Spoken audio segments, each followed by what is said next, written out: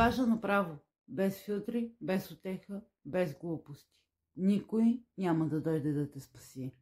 Никой няма да се появи и да оправи живота ти. Никой няма да те разбере напълно, да те вдигне, да те носи на ръце и да те мотивира всеки ден. И това не е защото хората са лоши, а защото не е тяхна работа. Твоя е, събуди се. Докато чакаш някой друг да те види, да те обича, да те уважава, ти се разпадаш. Стига си казвал, животът е несправедлив. Да, такъв е. И какво от това? Всеки е бил нараняван, всеки е падал, всеки е бил изоставен или предаван. Разликата? Някои хора го използват като гориво, други като оправдание. Това е. Това, че си бил жертва, не те прави специален. Ако стоиш там и само се оплакваш, никой няма да те чуе. И знаеш ли защо? Защото всеки си носи своето и никой не е длъжен да те разбира. Никой не е длъжен да те носи на гърба си. Ставаш, избърсваш сълзите и продължаваш. Не бягай от болката. Тя е тук, за да те научи. Аз също съм била там. В онази тишина, която те разкъсва. В онези нощи, в които се съмняваш във всичко. Дори и в себе си. Но знаеш ли какво разбрах? Че точно болката те изгражда. Тя те чупи, за да те направи нов. Стига си бягал, стига си се криел, погледни я, остави я, позволи да те изкове. Твоя е животът ти, действията ти, реакциите ти, навиците ти, всичко, което правиш и всичко, което не правиш.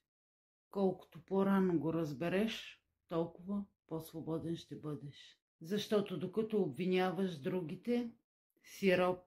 Роб на миналото, роб на обстоятелствата, роб на ако. Но когато кажеш да, това е моят живот, да, случи ми се това, но какво правя сега? Тогава започваш да ставаш опасен, силен, жив. Искаш ли да знаеш кой си? Погледни какво правиш всеки ден. Погледни телефона си, леглото си, храната си, мислите си. Навиците не лъжат. Ти можеш да се излъжеш, но те не. Ако не можеш да спазиш думата си към себе си, как очакваш някой друг да ти вярва? Събужда се сутрин. Дали ще се завъртиш отново в леглото или ще станеш и ще действаш? Ето това казва всичко. Толкова време си чакал някой да те разбере, да те подкрепи, да те приеме и си се уморил. Знаеш ли защо? Защото през цялото това време си търсил навън нещо, което е било вътре в теб. Ти си достатъчен.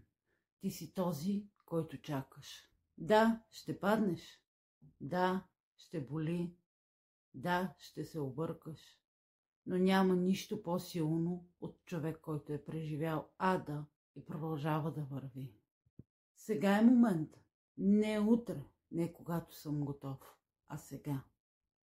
Изправи се, изтупай се, погледни се в огледалото и кажи: поемам отговорност за себе си и за своя живот. Напиши го и в коментарите, не заради мен, а заради теб. Дай заявка на живота. Тук съм, не ме е страх, няма да се предам. И ако това видео ти е харесало, мотивирало те е или ти е повлияло по някакъв начин, абонирай се. Сподели го с някой, който има нужда от събуждане. Нужда да поеме живота си в свои ръце. Това е твоят живот. Ти си неговият автор. Не губи време в чакане.